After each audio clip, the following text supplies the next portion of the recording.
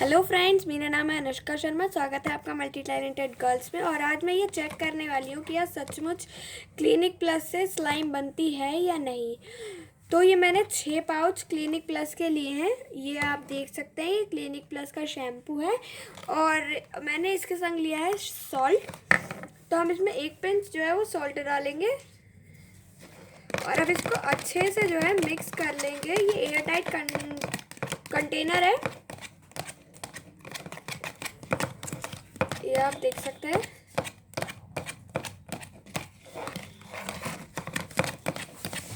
इसको हम अच्छे से जो है वो बिल्कुल मिक्स कर लेंगे।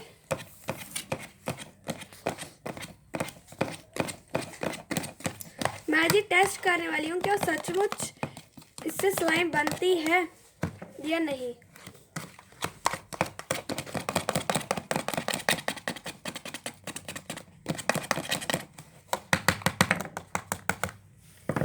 अब हमें इसे 7-8 घंटे के लिए हमने इसको, ये एयर टाइट कंटेनर है आप देख सकते हैं, 7-8 घंटे के लिए हमने इसको रख देना है साइड में।